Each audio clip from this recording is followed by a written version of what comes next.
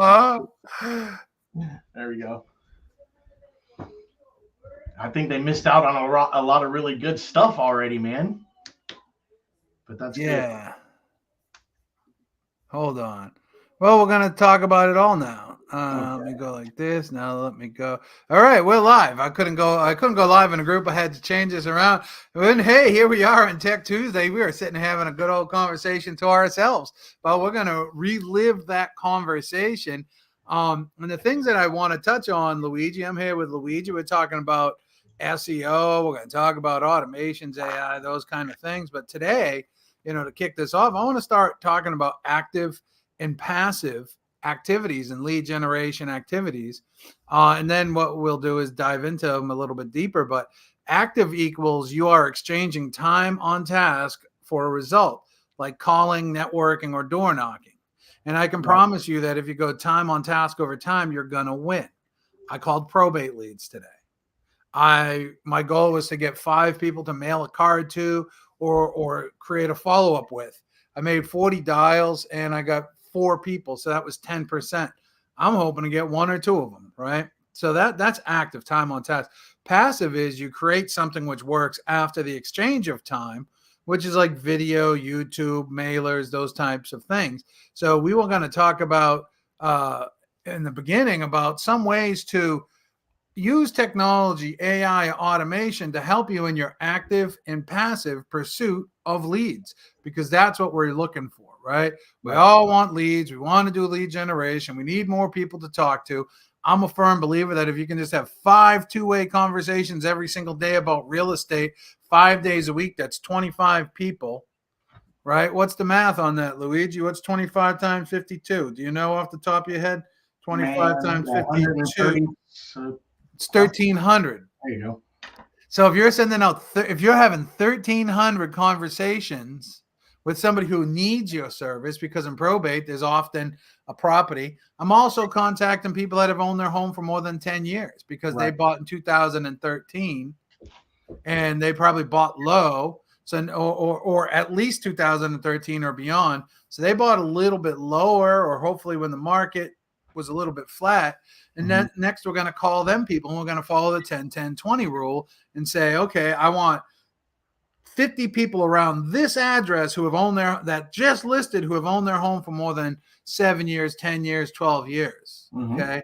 And I'm just going to call those 50 people. Again, if I have 5 two-way conversations per day, send out 5 cards, that's 1,300. If I just get a 5% fraction of that times 0.5 times 0.05, we're talking about 65 opportunities. Sure.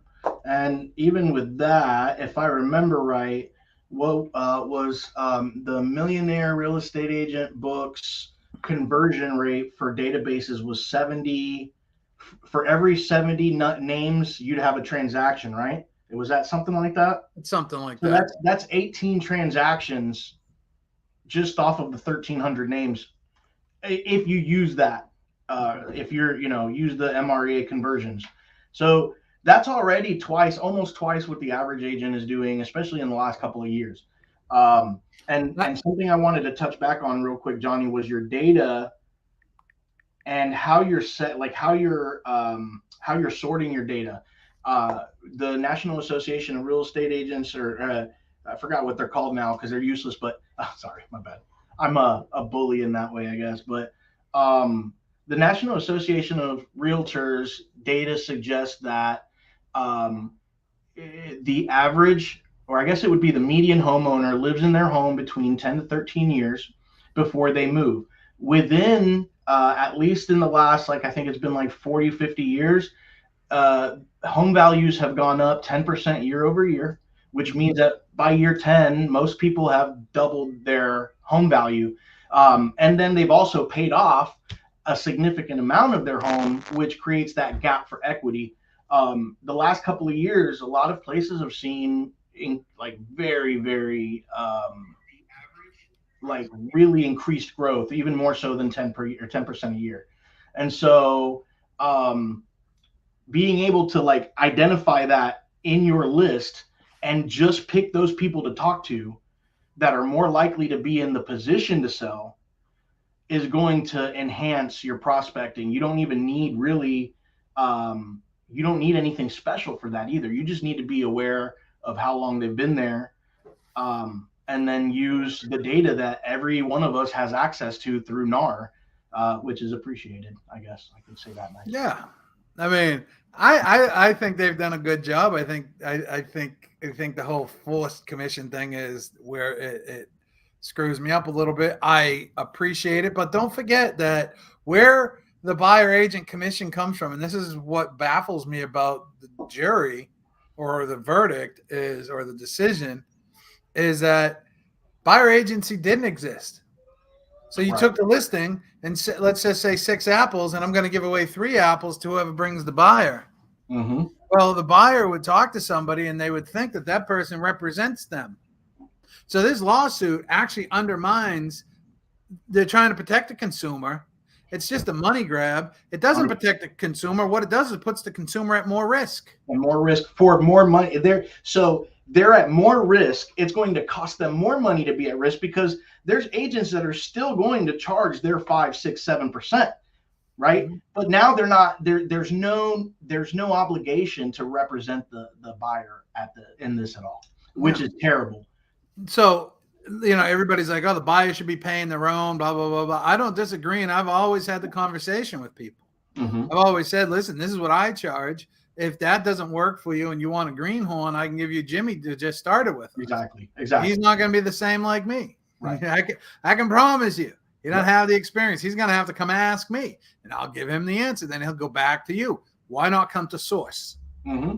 You want to work with somebody that's got 5 stars, this, that, all these other things, right? I could still work with a hairstylist or a barber that's brand new, right? But they'll go ahead and give the cheapest agent, which, listen, I'll be the first one to tell you that you can charge 6% doesn't mean you're worth 6%. Oh, hell no. I don't think anybody in this industry is worth what they charge. Yeah. So I'm sorry, everybody.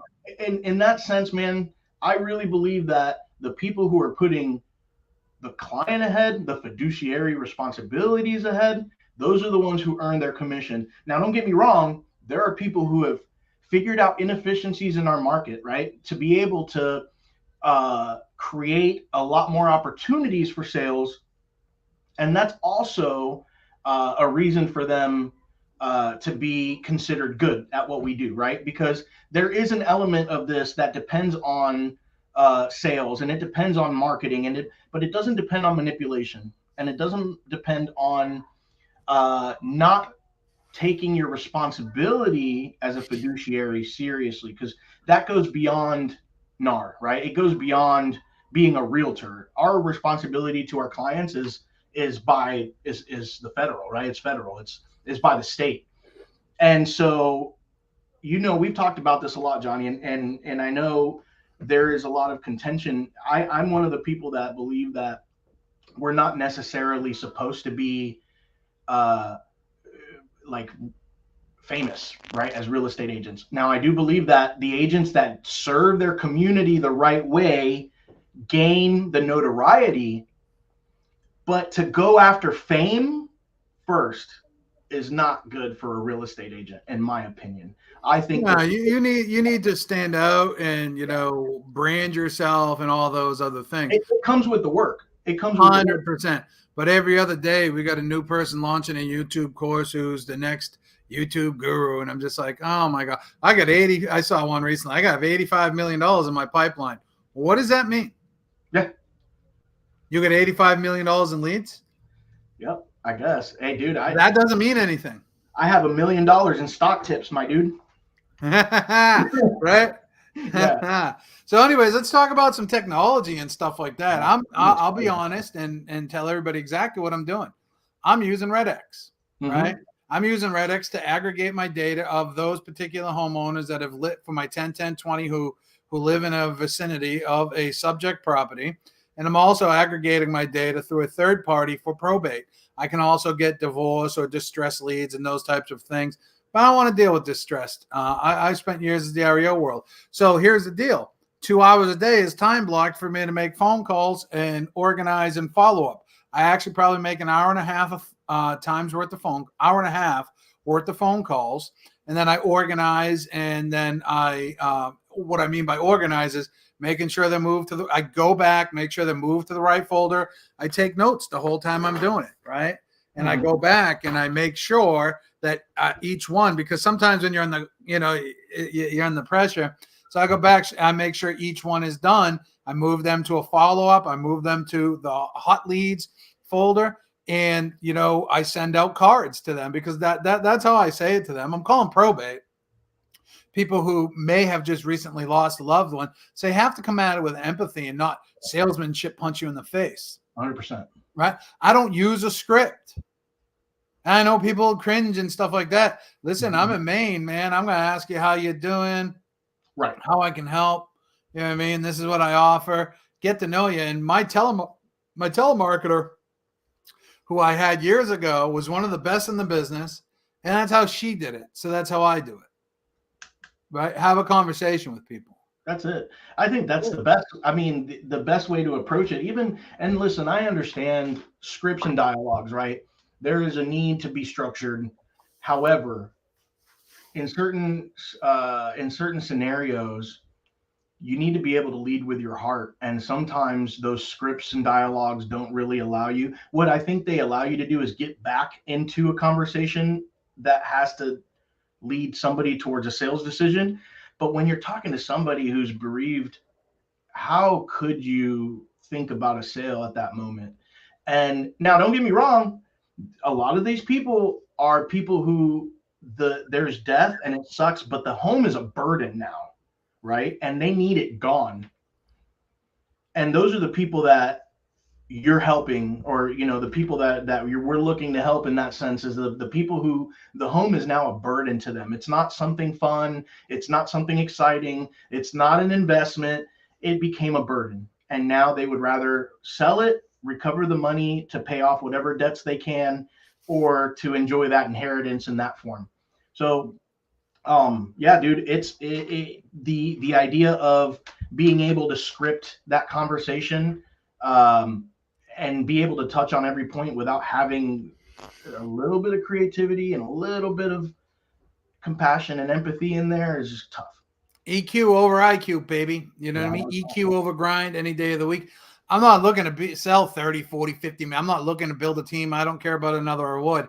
I'm looking to sell $10 million worth of real estate a year, live a decent life, and that's it. But those phone calls, that's my active lead generation, right? I'm going to dedicate 2 hours a day. That's 5 days a week. That's 10 hours a week out of the supposed 40-hour work week is dedicated to the exchange, the active lead generation role. And I think everybody needs an active lead generation role.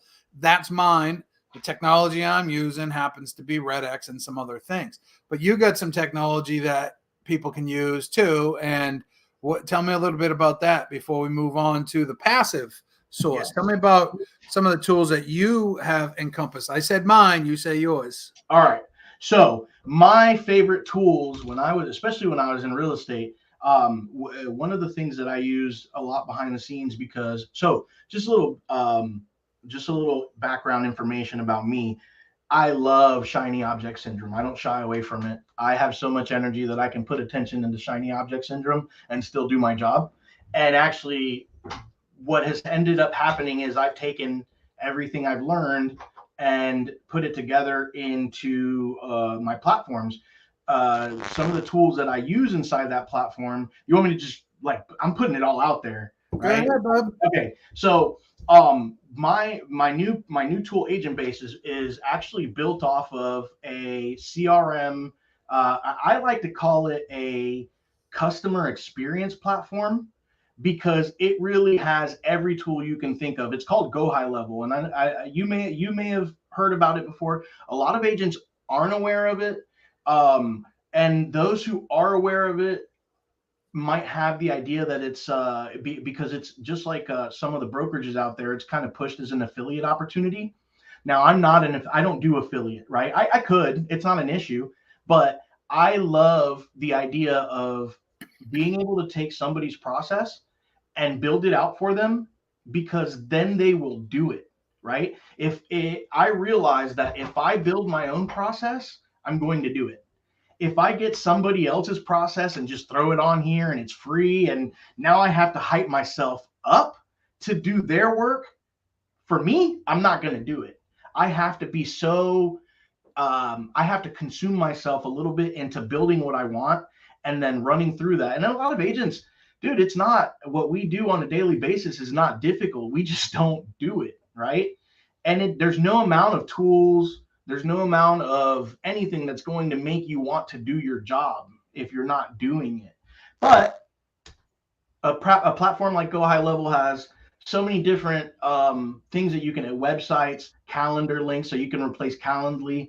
It has, my favorite part is the automation stuff. That's what I geek out on. I love it because I can take my automations, I can take the little applications that I've developed, the little scripts that I've made, and I can plug it into Go High Level, and now it can create everything I need as far as marketing and advertising goes. Not just that, but I use another platform called SalesPipe, which I love. It's actually more of a sales platform. The owner is very hands-on with his people. His group is very helpful, and the software is very easy to use. And again, it's more sales. It's more for sales than it is for marketing. It's got a very powerful dialer.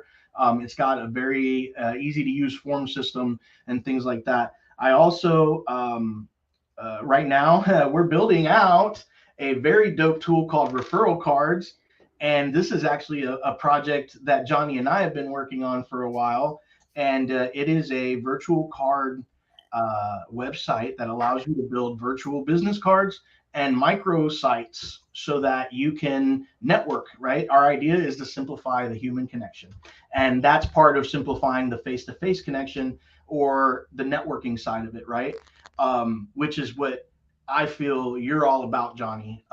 So what I've been trying to do is create the tools to build scaffolding around your business so that when the volume does come in, you're not going to be burdened under the weight of all that opportunity, because it happened to me, right? In 2020, I had so much work. I think I did that year alone, it was like 30 deals by myself. And it never, it had not been that many deals ever. And I wasn't prepared for it. I didn't have anything set up for it. My broker had a CRM that I'm grateful for because it kept me in track as best as I can. Who dat? David Tam is in the house. Oh, what's up, man? Sorry, my call got off early, so I was like, "Oh, I'm gonna come spy on you." Let's go. Thanks for coming by. We were just talking about that. Like, I started doing some phone calls for an hour and a half. Well, I call it for 2 hours a day, using aggregated data and stuff like that. Luigi's going over talking about building scaffolding, the tools around somebody's business, and so when it comes time that you're not overwhelmed and connecting the dots. So you came in at a good time, because we're literally in the middle of talking about the importance of systems and operations. For sure. Can I give you a visual example of what I experienced this morning? Yes. Yeah, would that be okay? Can I share my screen really quick? I think so. Okay, so present. Yeah, I think so too. Share screen. Okay, so this was a text message that I got from somebody who was looking at real estate and coaching. Hold on, I can't see nothing yet. I know. I told you. David comes in and takes over. I love it. Okay. No. But here. No, bro. Listen. I would follow you into battle. Well, no. So here, where'd it go? I'm going to read it to you because I think that will have more impact. Okay. Okay. Yeah. Okay. And I don't want people looking at the phone number. I just thought to myself, I don't want to dime anyone out. All right. Okay. First message to me was, David, how's your day going? Hold on, David. I think your screen isn't showing again. It's not supposed to. Okay, my bad. All right, because it was there and then it left. Okay. Yeah. I just want to I want to read this to you, because I didn't want to share the phone number. But this is a perfect example of what not to do if you're trying to sell a house. Okay. And it is, David, how's your day going? My response at 7:10 a.m. Who is this and what do you want? Their response, what is the one thing I can help you with right now? Really? My response, leaving me alone if you don't answer me questions. Second to that, I could also use help not talking like a pirate. Any experience with that? And they haven't responded yet. And we just wasted both of our times by ineffective marketing and improper use of technology. For sure. You know, like, so continue, guys. Like, keep talking, preach. I think that's part of the problem out there right now is that, and I don't want to pick on agents or anything else like that. This is where you, as the entrepreneur agent, needs to be aware of the perception on the other side. And just because you get a drop, just because you have AI chat, just because you have all these canned tools, don't abdicate the process to them. Right. You have to dictate the process to them, because that kind of conversation right there is strictly exploratory. Throw that out there and see if somebody can respond, but it's not truly effective, right? No, it pisses people off. Continue. Sorry, I cut you off. No, just you're not good, effective man. to me. It's not. I get text messages and it's, I guarantee you it's from AI, because I can one, you can tell, but two, if you ask the right questions, they expose themselves. But it's from real estate investors, and it's like, hey Lou, I'm looking for the next deal in your town. How can you help me? And I'm like, first of all, like, I don't know you. I have no reason to help you make any kind of money, and you're not putting any food on my table. You're not asking me to represent anything. You're asking me to send you homes to buy, which is fine. Yeah. Well, so I'm sorry. Go ahead. No. There's a link. So Lou, how would you change that message? Let's teach people. How would you change that message to be an effective marketing message to reach an investor? Just retool the language. Give it a shot. Well, the very first thing I would do is understand that I'm not going to lead with a cold text message, right? I'm going to build a relationship first. Good. That's step one. And then step two, change that message. Yep. Like, so I would change it to something like, show a testimonial first. Here's one of my past clients that I'm currently working with right now who's seen a 600 or 400% return on his investment. Then the ask, you know, like when you go to a Michelin star restaurant, they don't just come up and be like, what kind of wine you want? They come up and they say, here's an amuse-bouche. It's a free from Chef Gordon Ramsay. Here is the wine menu. My name is, how can I help you tonight? How are we? That's how you should text as well. Pardon my French, but give an SHIT, you know? Yeah, for sure. So Lou, I would change that message to lead with testimony. Then, hey, if there happen to be any properties in your area, I have a mutually financially beneficial model that's currently working. Here's a link. Check it out. Do your homework. And my tagline here, steal this if you want, Lou, or Johnny Mo, is I'm not low follow-up. Or no, I'm not low pressure. I'm no pressure. I'm not going to follow up with you. If you want to work with me because you've seen some of my stuff, let me know. And we'll chat, right? You might get a holiday card. I don't know. It depends on my virtual assistant. You know, like that's the truth.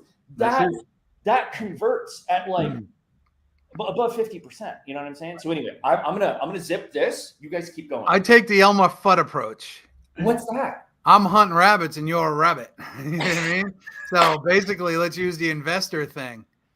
I'm looking for investors in the area. I'm an expert at real estate investing.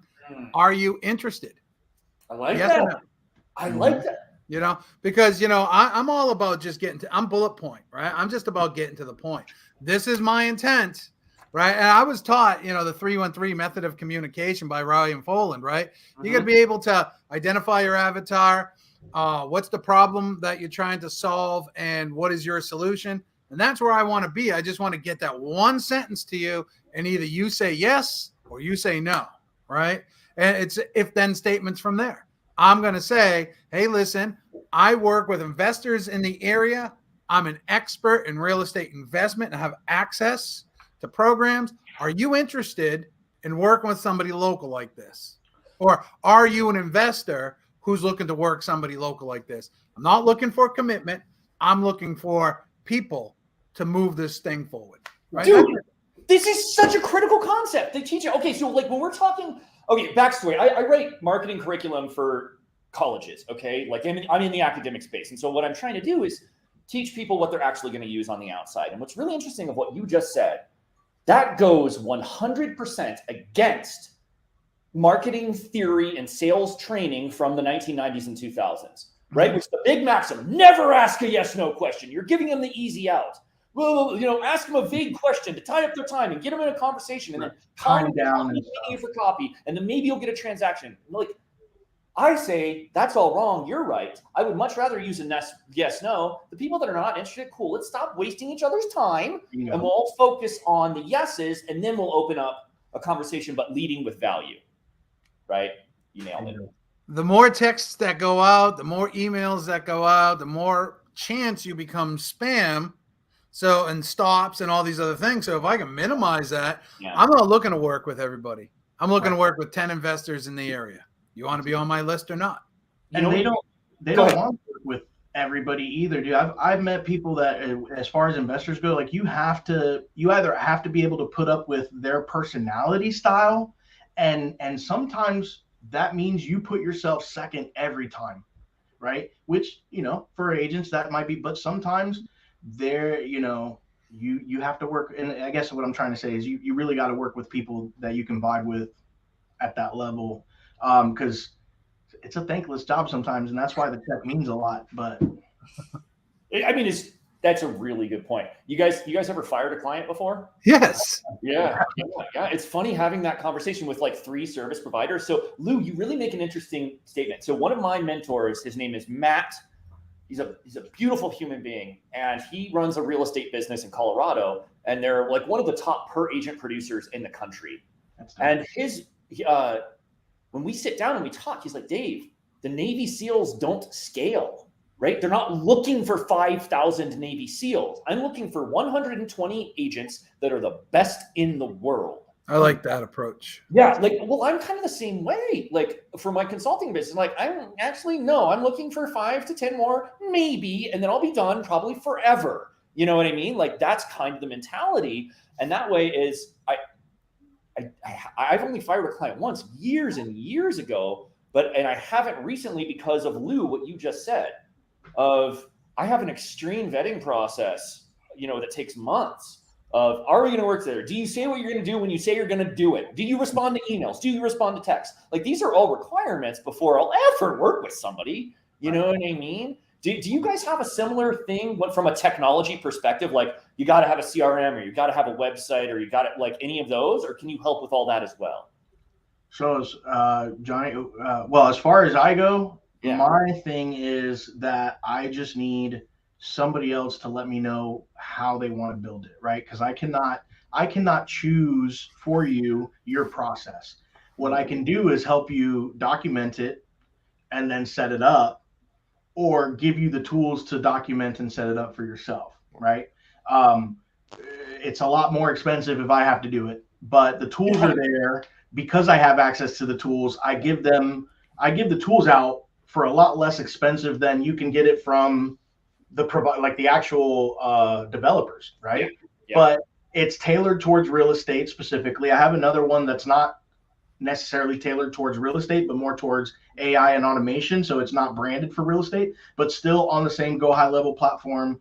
And that's the key for me, or at least what I'm trying to do, is prove to people that you can own your marketing, you can own your platform, you can own what you're building, and you don't have to depend on like the industry specific tools. Because honestly, like what I've learned, David, is that everything outside of real estate, that where the real estate gurus aren't, where they don't have influence, is teaching opposite of what a lot of these people are teaching here, as far as relationships, communication, and what people really want and need out of the transaction. Because people don't want to be friends with us unless they do, but that's not what they're looking for. And a lot of times it's what agents think that they have to lead with, but that's that vetting process, right? One of my favorite cold call scripts is from Fearless Agent, Bob Leffler. Mm-hmm. And it says, hey, my name is Luigi. I'm a real estate agent. And I was just wondering if you were looking, or if you were interested in selling your home, right? And if they say no, they say, great. Well, were you thinking about selling it ever? And they'll say, yeah, I mean, eventually. And then you say, great. Can I apply for that job? More or less, right? Yeah. But the key is it's short and sweet. If they say yes, I am, write them, stay in contact. If they say no, try one more thing just to see if you can get in their good graces and then leave. And then call them back in 3 months because they're not going to remember who you are. Can I make a plug? Because this is genius. I love this. By the way, Johnny, we're just gonna hijack your entire Tuesday Tech Talk. By the way, sorry. Yeah, listen, do it. Go get a cup of coffee or something. So Lou, so it's really interesting. By the way, so this is the first time I've ever been on a call with Lou. We've been texting or messaging or whatever. I've seen some of his stuff. I'm like, okay, the guy's he's preaching the gospel. He gets it. What you just said though is super interesting to me, which is own the technology. Okay, and what I'm about to say is gonna ruffle some feathers. All right, do it. Like what we've seen. So I qualify this statement with what I was one of the co-founders of the top 5 real estate CRMs in the country. Okay. I was one of the guys that wrote most of the front end website code in FirePoint for most of the people that are still using it today. Okay. Like you don't own that website. When you are with Brivity, when you are with Boomtown, when you are with Commissions Inc., that is not your website. You are renting that website, doing the exact same thing that you I don't know, like you have condescending language about renting versus buying in social media. Most real estate agents, why are you renting when you could buy? Well, you're doing the same thing with your website and your technology and most of your business. You're renting your leads. You don't own them because you're paying by shoving a quarter in a slot machine to get a lead from a paid advertising that may or may not be good quality or a real human being. Mm-hmm. So how do we fix that? We do what you do is build a website that you actually own and control. You own the domain. You own the traffic. If you want to sell your business, all that lead flow, I just did an analysis on a website that's less than 5 years old that's worth $680,000 today. Based off of what? The amount of organic leads from buyers and sellers that come to it every single month that turn into transactions month after month, year after year. They own it. 100%. Oh, but there's a multiplier behind that as well by about a 3 or a 4 based on today's interest rate. So now I have $1 million asset that costs $6,000 to build and 3 years to grow simply by watering on it. And it's not just that. We push down the competition, right? We have more gravitas. It's helping with our reviews. We own the technology. That's what Barbara Corcoran did. She owned her website. She owned the traffic. She owned the leads. She owned the tech. She owned the branding. She didn't rent it from somebody else. Right. And then when they need to make a move, oh, wow, why don't I get my website and my leads? Because she never bought in the first place. That's the current. And I know that's a lot, and I'm very opinionated. But like, what do you think about that? The topography of how unlevel the playing field is right now. 100%. And I mean, it's for me, it's all stemming from the fact that people, I love this word that Johnny's been using, abdicate, because of what it implies. Kings abdicate their throne, right? And if you're not operating your kingdom from your throne, why should you deserve the treasures that come from it, right? Because in my opinion, so one of my favorite CRMs as a new agent was LionDesk. Yeah, dude. I loved everything about it. It was simple, and it just worked. And eventually I stopped using it, and I had my other things because I wanted to build what I wanted to build out of it. There were limitations that I thought I could overcome with it. And that's where I learned about Zapier. And that's where I learned about, APIs and all this other stuff and how you can connect all these tools together. And then it became my passion to just piece things together for fun and see what I could do with it. But, I was able to do that while working real estate. And that's kind of where this all came from, is like, I'm just seeing people doing the same. So if you back out, and I don't mean to offend anyone, it's going to hurt some feelings. If you look 30,000 feet up in the air, or from 30,000 feet up, you see agents doing the same dance, which is every 2 or 3 years they switch brokerages. Every 6 or 7 months they switch softwares, and they never actually finish like onboarding into their brokerage fully, right? They never actually commit to being a part of it, to being excited about it, to being, to drinking the Kool-Aid. You got to. Well, it's because the industry as a whole, and there's lots of pieces with inside of that, has failed the agents. And it's always been a fight between brokerages and association who trains. And the brokerages say, no, we want to train. So the associations don't necessarily train. Right. But what it comes down to is patience, right? They're coming into this game with the wrong mindset and the wrong intention because they have been programmed as employees. So they're coming into this and they need to get that employee satisfaction as quick as possible, which is the paycheck. And so when they get the pay, so when they come in, they don't have the money or the capital to get the systems or learn the systems or get into it. And what I'm about to say is the agents that figure out the systems usually do way better, right? Barry Jenkins is a master of systems, and he's doing them. I think he runs the second largest BH&G Better Homes and Gardens team. Maybe it's number one now. I don't know.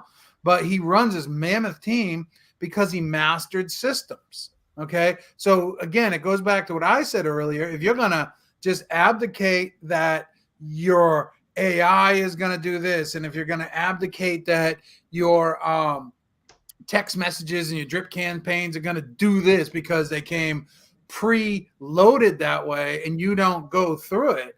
I've been through the process with you over the past month and a half of, hey, do this. I want this to do this.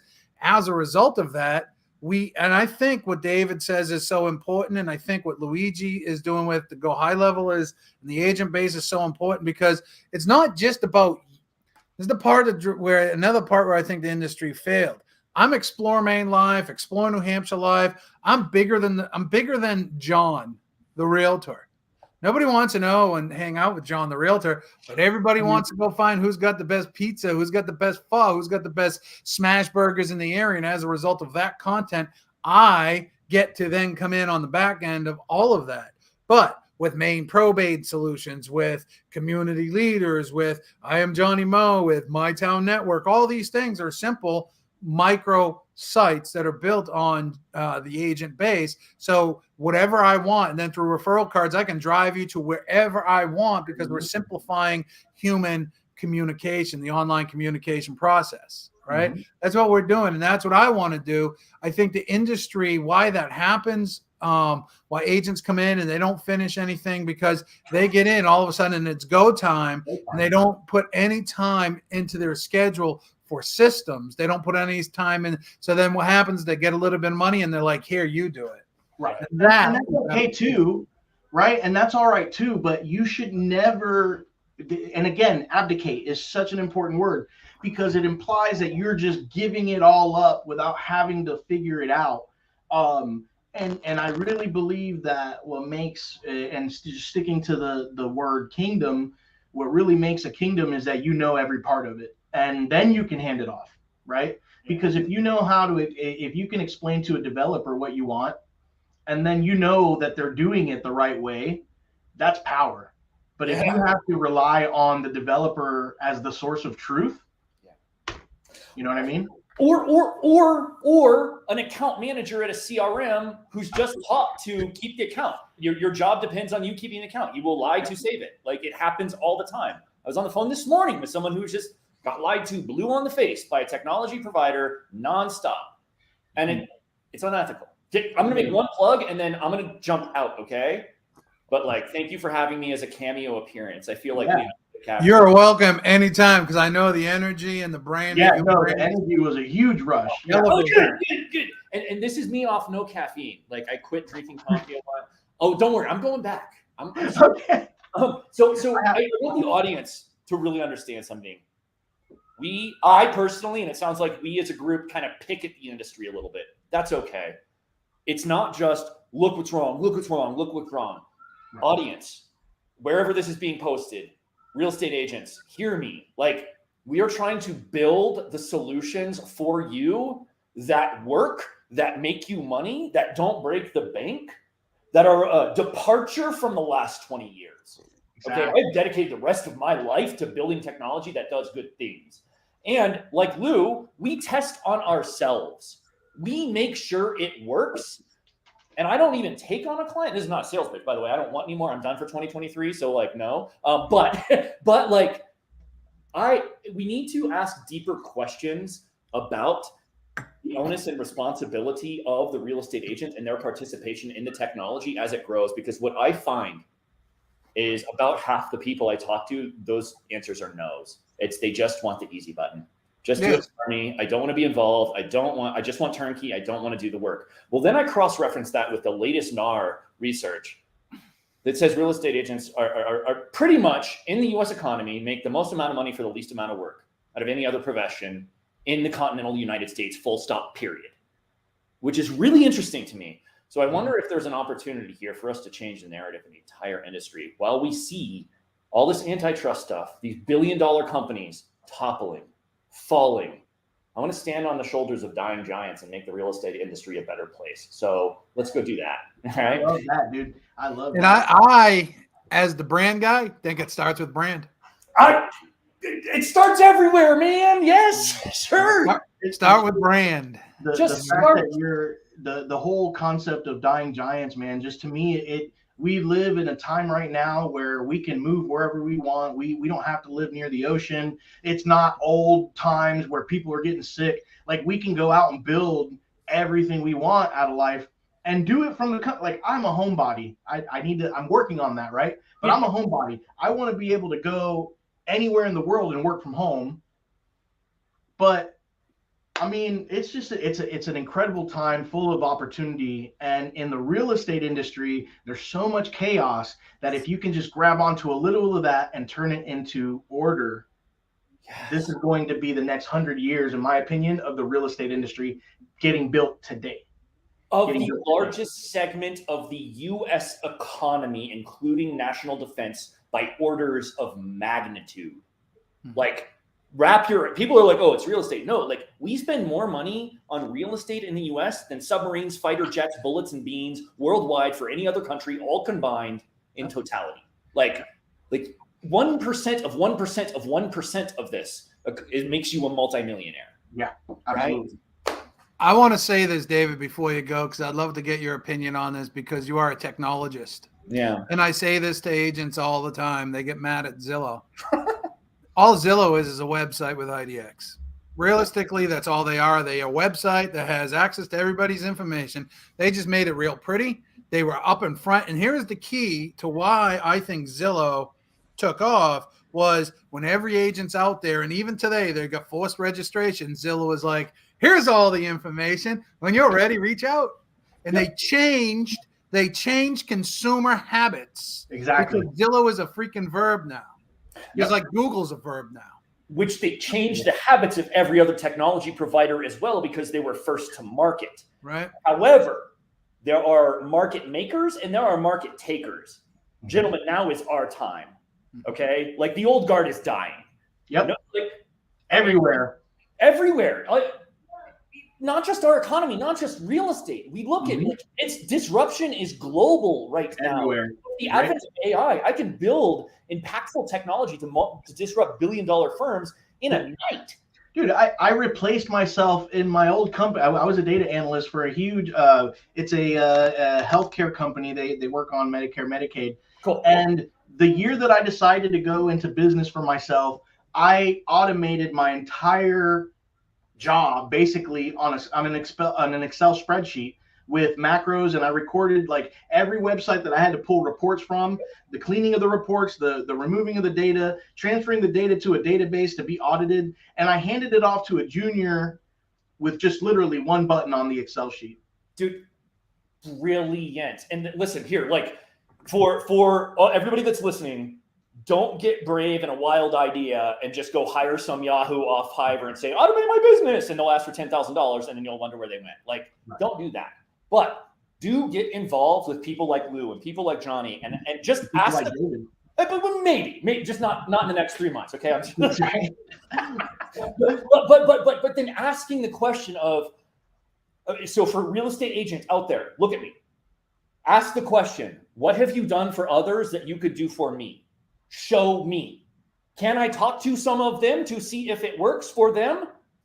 Okay, we just got rid of like every single objection I have heard on a sales call with real estate professionals. We'll prove it works. You can talk to the people it's working for right now, not then. And then we can replicate that for you based off of the research that I have done. That's all you really need to know. And then let the 10-pound brains be 10-pound brains. But measure the results, ask for transparency, and keep your finger on the pulse. That's the big one. Is I get busy, I forget, and then I pop up and like, oh, I haven't texted a lead in 6 months. Why don't I have any money? You know? Back to lesson number 1 of any freaking coach: time blocking. I love it. Put it in your. I even have in my schedule at the end of the day between I have walk, and then after my walk and after my lunch and stuff, my evening time, process Opus clips. Like these clips, I will upload this to Opus and try to get 4 or 5 clips out of it that are great, right? That's because why? I need short form content. I need long form content, right? So what am I doing? I'm automating it. There is no full automation with that yet, which I think we all should talk about creating that. Yeah. I have beat my head off of the pavement trying to get it. So it's that easy. It's not that easy yet, and it still takes human intervention because AI is still AI. It's not Here's human. the dope thing, Johnny. We're still at the forefront. Listen, we're at the forefront of crypto. We're at the forefront of blockchain. We're at the forefront of AI. None of this is broken into the mainstream yet, right? Yeah. And the funny thing about AI, and I'll just say this before you head out, David, is the funniest thing about AI to me is nobody's learning how to use it to be productive. They're doing it to make fart jokes. Right there, and that's what there was a time, if you remember, David, there was a time where, and it might still be happening, ChatGPT got dumber for a while. It got dumber. Yeah, like I was beta testing GPT 3 years ago. Yeah, and so after they had released it, I think sometime in 2022, there were reports of it actually like responding now worse than ever before. And what I think happened is the 80% of people, right? If we follow 80-20 rule, the 80% of people that just wanted to, joke around and mess around, they just, dude, I had a guy one time, I have a little, it's a Twilio bot that if you text it, it does so Harry Potter has the sorting hat. Yeah. I created the categorization cap. And so you text it and it asks you a few questions and it gives you a category. And what it is it just asks you 3 or 4 or 5 questions and it gives you a disc analysis right off of those questions. Dude, very easy. It's and one guy I had him, he tried for an hour to crack it, right? To crack the AI prompt. Yeah. And using like the old, I forgot what they're called, but like those old where people try to take ChatGPT and turn it into like a bot or like an evil thing. Anyways, yes. He failed at it. Thank goodness, but it did cost me a lot of money because he kept texting it. But I love the fact that at the end of all that, I knew what his disc analysis type was, and I knew he wasn't that good at cracking AI. So he learns things. But anyway, long story short, that kind of stuff, that little bot, and actually really dope because I got 17 contacts, and it cost me less than $3 for all those. And I just told people, hey, I made this little bot that tells you, it gives you a story. Your own story, and just that kind of stuff, man. It's those little kind of creative things that I think is really going to make a difference. Because one, it's my personality, right?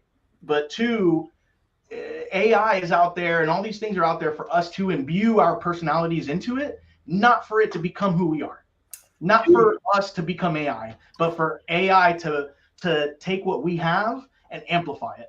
It's a tool for sure, bro. You're hitting bullseyes right now. So I'm going to end with one statement of impact, which is, this is crazy because we're the first human beings to ever walk on this planet in the history of this planet. In one generation, to see the advent, the invention, the integration of the internet, cell phones, automation, not really the assembly line, but the what came after the assembly line, space travel, interplanetary travel, air warfare, all AI, the fucking websites, like all of it. And you're right. We are the first generation, but that comes with a responsibility, dude. And that's where the old guard, the not so good people, that's as they die off, literally, because most of them are retiring or their companies are tanking because they're not good people. Like 2037 is coming. That's the forecast, right? But it's on us, guys. It's on us to be the shepherds, to do good with this technology to help people. So the plug that I'm going to make is for the audience. We're the dreamers, all of us. Okay, we're the what is it in the Spanish, the mágico, right? That was what Escobar was called, the dreamer. and he had a great idea. Now, no, I don't want to traffic drugs. I want to build websites and do cool stuff. But like, if you have an idea out there, audience, go to Lou, go to Matt, because we can build technology in a shorter time frame for least money than any time in previous human history, full stop. Okay?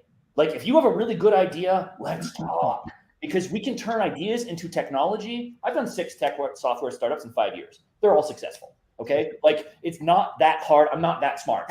But because of people like Lou and like Johnny Moe, we're trying to bring the minds together and open the conversation. And so I'll probably see you next Tuesday, if not the Tuesday after. Okay, guys? Sounds good, my man. And guess what? You are that smart. So peace out. All right.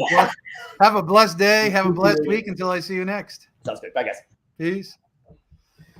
Man, anyways, boy, I love having David come in like that because he does think big. I've had a lot of one-on-ones with him, and just a brilliant, brilliant person.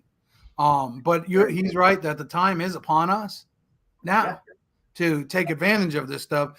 And oftentimes it's the first one through, right? So my point about Zillow earlier was it's just a website.